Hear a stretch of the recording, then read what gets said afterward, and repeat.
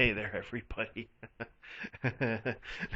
Okay, I'm not sure if this is the podcast you get, or is it or there's another video I did recently. See, there's been a weird video kind of thing going on right now. I was gonna play. A friend of mine suggested, well, why don't you play some of the newer consoles and kind of do some games on those? And I'm like, well, okay, well, I guess I will. But then I'm like, wait. Um, I don't know if I want to do that, and I guess I'll play Red. I guess I'll play Red Faction Armageddon because I have like the Red Faction games most of the time. Most of them are really fun. I think three was I liked really liked. I thought three was kind of okay. I thought this game was kind of okay. I didn't mind the Red Faction games. So I was like, oh, okay, maybe I'll do a trilogy on the Red Faction. But then I got to playing Red Faction Armageddon, and God, that sucked. Okay, that game is just it's so meh. I didn't like it. It was boring as it's just boring. It just I don't know. I just didn't like it. So maybe I'll talk about a game that kind of has a has a very similar system and a better game later. Like there's a Rogue Trooper. I actually maybe I'll do that instead, and that might be the better idea. But right now I'm just like mad to the Red Faction. And the other reason I have a weird video thing going on here is uh, a couple about a week ago, I had this something really funny happen to me, and so I had just finished watching something, watching some wrestling and stuff, and doing some stuff, and yeah, I am one of those geeks that's into a little bit of everything. So I was watching some stuff, and I stayed up all night, and I was like, oh well, okay, and I went to go do some stuff, and I had an incident happen to me, and I talked about it in this other video. We'll see what my friend thinks before I might not put that video out. I'm not 100% sure if that video might be a little bit too much. I might be overstepping some boundaries there, so we'll see about that. So I figured I'd just do a base video game video video instead. And what video game am I going to talk about? Well, my friend wanted a new console game, so I'm gonna do an Xbox 360 game, and it was for the PS3 or 7 or whatever PlayStation they're at right now. I think three. I think I heard something about that being four and a five coming out shortly or something like that. Wow. Okay, next game we're going to talk about, Xbox 360, Dragon Age Origins. And yes, I'm going to do the Awakening expansion afterwards because it was a standalone game, but I'm going to do Origins first. Man, I love this game. This game is so much fun. Honestly, I'm Bioware. I still haven't played Mass Effect 3, so no one ruined it for me. Uh, I honestly think you do some really good games, and I really loved Dragon Age. Oh man, this was really fun. Mm. Coffee break there. I got a coffee with this wood here, but man, BioWare does some amazing games. I love it, man. I'm so surprised. Like I was blown away when I first played this game. I had not played the Mass Effect. So I had not really like knew the system, one of the systems that they were trying to create. And when I finally played Dragon Age the first time, it was just beautiful. It was one of those things for when I started re-getting my Xbox 360 stuff because I've kind of like starting to recollect some other stuff. That's like the first game I looked for because it was so awesome. I was like, oh my god, this game is just beautiful. The gameplay is fun. The system is just I love this gameplay system. This gameplay system has so many ways you can play the game on that sense. Just not let's just talk about the straight battle system. The straight battle system has like the option of kind of RPGing it, doing the old school RPG, setting up what you need to set up and casting spells. There's the other way of doing tactical spells where characters will cast these spells or do these certain things in certain events. Then there's like, the multiple weapon systems. And you could switch off hand weapons, you could switch weapons at any time, so I can all of a sudden go boom, switch to a bow. That's really effing cool. I have never seen a game where you could do that. I really, really, really enjoyed that. It was really kind of neat. It had a real cool gameplay. The character creation, that is one of the most, like, the only time I've ever seen a better character creation was Saints Row. Saints Row, well, Saints Row had the best character creation so far. I have not played Grand Theft Auto 5. I've been told Grand Theft Auto 5 has a good character creation mode, has a really good one too. And there was one other game that had a really good character creation mode, but I never did play the MMO. It was a gangster game apparently. A friend of mine was telling me the character creation mode on that, creating your character is really really detailed, and you could do amazing things. But man, Saints Row had the best, and this had one of the. I'd say this is the second best so far that I've seen.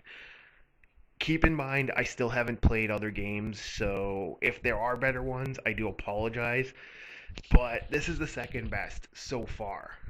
I haven't played Inquisition yet, and I haven't played Dragon Age 2, but I still think this is one of the best I have ever played.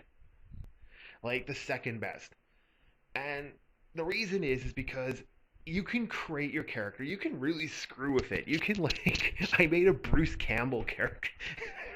I made Ash from Bruce Campbell when I created one of my human characters because I kind of like had the chin, and it was really hard to do, but I really did have fun with that. The other thing about the character creation mode is the creating a story base for your character creation mode. That that is fun as hell. That is actually really cool. I have never seen that in a video. I haven't seen that where you actually create a full storyline. Like, yeah, there's some stuff like the original one of the Dungeon Siege did that kind of like pseudo story stuff, but it really didn't affect the game. This affects the gameplay completely. You play your origin. That is cool. I gotta say it, like, as much as I hate to say, kind of like give a nod to the new stuff, because I kind of diss the new stuff a lot, and I'll talk more about my beloved old stuff. That is cool. I have not seen where you play an origin story. I can even go as far as saying, you know, Skyrim didn't it doesn't do a better it doesn't do a great origin story compared to this. Like that fact that you build an origin story. So that right there gives you so many options to play. You have like these huge origin stories. Like you can actually have your Mabari, dog be like right at the front runner, or you cannot have your Mabari there. You can have this, you could do this, you could do that. There's so much stuff that you can set up. Like I guess I'll do the storylines. One of them, if you play a human, you can play either a human or a human mage. If you play a human, like a straight human, you can I think it's warrior or rogue. I think sets it off like there's basically your base your I guess it's called templates, and then there's kits that you add on would be I guess, well, they call it specializations, I guess, is the other way of I should actually counter the Dungeons and Dragons way of looking at it and go right to the the Dragon Age way. There's specializations where you can actually make your character a little bit more better. But if you play the human character, male or female, and you don't play a magi user or magic user, whatever, oh, I can't remember how they say it. Circle of Magi, yeah, Circle of the Mage, I don't know. Anyway, I'm rambling, I apologize. Uh, you basically get a human character, and you play this wealthy, well-to-do character, and life goes to hell for you, and you get screwed over royally. the second, the second one is if you play uh, a magic user, and the magic user is like, well, you start your first. building up your magic, and you actually like go through everything that it comes to becoming a mage, where they get possessed by a demon and see if they can cast the demon out. That's kind of cool. That was kind of a cool thing. I think that's with if you play any magic user, you end up in the circle of the circle of the mage. So you end up in the circle, and you have to kind of do this huge scenario trying to get your friend out of the out of the circle. If you play a dwarf, there are two different storylines. One where you can play royalty, where you play actually the prince or princess. I guess you could play either or if I remember correct. I don't know if there's yeah. I think you can play male and female. The prince or princess of royal family, and that's kind of cool. I haven't seen that. That's kind of neat. You start off right out straight royal family. If you play a dwarf and you play the castless one, then you end up as poor as spit, and you're kind of like trying to get yourself, out of this situation. You want to kind of like make some money and get yourself up, build yourself up. If you're playing an elf, you have the option of being an elven slave. I guess the best way, yeah, I'd honestly say it's about as bad. The elves in Denmark are about as bad as the ghettos. And I'd even go as far as saying, back in the day, like the serious, like, I'd even go as far as saying concentration camps. Like, it seems pretty bleak. I can't. I honestly like I couldn't understand why anyone would even consider living like if I'd honestly make for the hills, that's for damn sure. But yeah, the elves end up in like this. It's pretty horrible. And that one's kind of a tragic story on some levels. The funny thing is if you play that one, I think that one's the one that has like three. I think the elf has three technically storylines because if you play a male, it's a little bit different if you play a male, and you're in the day. I think they're the Dalish or Delvish. I can't remember the Alien Age elves. If you play them, they're pretty bad. It's pretty bad. And if you play a male, it's a little bit different. If you play a female, it's a little bit different. That one's pretty bad. That one's a pretty tragic ending, and it can even get worse tragic if you decide to pull a coward and be completely cowardly. That's actually another one. The other one I kind of find interesting is you actually get to play these basically I'll call them city elves and wood elves. You get to play the wood elves, and the wood elves has a complete story where you're like this trapper hunter kind of doing stuff. And that's kind of the roughly the base storylines you start with in the game. I can't remember if there are any more. I don't think there is. I'm just slowly playing through a character right now. I'm almost done. I have played this game a bunch of times, have beaten it a bunch of times, so there's all this different stuff. The other reason I like it, the story. Okay, here's where this game is amazing. The story elements of this game blow my mind. Like, complete mind explosion. It is the most awesome story I have ever seen in a game ever so far. Like, honestly, I have not seen. Okay, I will go as far as saying Dragon Age has better stories than Skyrim. Yes, I'm going there.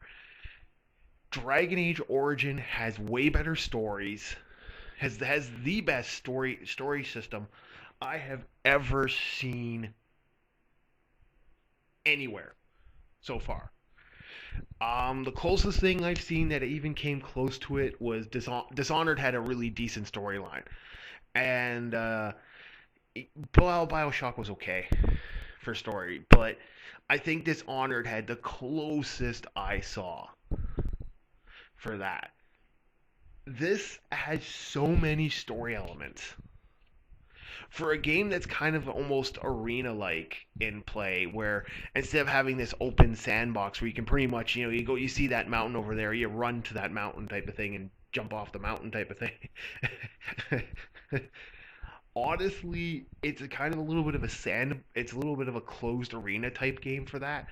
But that being said, holy crap, the storyline, oh wow, I've repeated myself. I can't say it enough. First thing I gotta say, the banter with your party. I'm not talking about the camp. I'll get to the camp shortly. I have actually stopped walking because listening to their banter, stopped walking because like I'm trying to go somewhere and listen to the banter. Like they'll actually converse with each other, and they have these huge like I guess there must be these massive scripts for this. I actually would really like to. I would honestly love to see what they actually for the scripts actually how far those go and how many conversations they can have. That is cool because your party could have a completely different story. And I've even seen like characters can get in arguments with each other. That's kind of cool. And that is one of the more cooler things about it. I've actually seen full out arguments kind of break out. And I think if you play Morgan, if you do certain things, and if you do certain things, they'll have responses to what you did with the other characters. That's kind of funny. I kind of like that. The other thing about the game that's kind of kick ass is the camp storylines. Now, you can build with the characters, and I'm going to get to each character shortly, but you can build these huge storylines, build romantic relationships with all the characters you get. That's kind of cool. I don't think I think there's only three characters technically that you can't have a relationship with. But you can almost have a relationship with all of them. I even think you can have. I haven't tried it with everybody yet, which kind of makes me feel ashamed. I think you can do both gay and lesbian with almost every character. So you could kind of like even have like cross relationship. I'm not 100% sure if that works. I haven't really tried everything yet. There's still that's how amazing a game is. I've had it for a long time. It's been out for a long time, and I still haven't done everything. So that right there is awesome.